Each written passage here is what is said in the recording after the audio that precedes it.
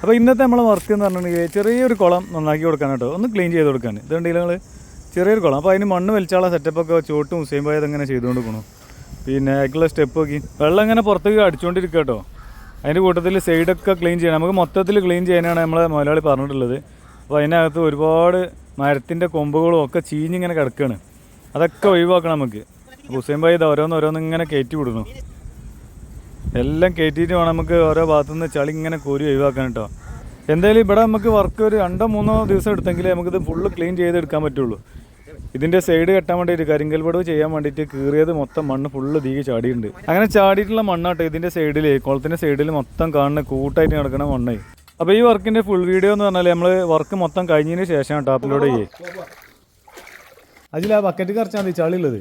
അപ്പോൾ ഇന്നത്തെ വർക്ക് ഞങ്ങളിവിടെ നിർത്തിയിട്ടുണ്ട് കേട്ടോ. ഇന്ന് രാവിലെ തന്നെ നമ്മൾ മണ്ണ് വലിക്കാനുള്ള അഗ് കെട്ടലും കാര്യങ്ങളൊക്കെ ആയിട്ട് കുറച്ച് സമയം അങ്ങനെ പോയിട്ടുണ്ട്.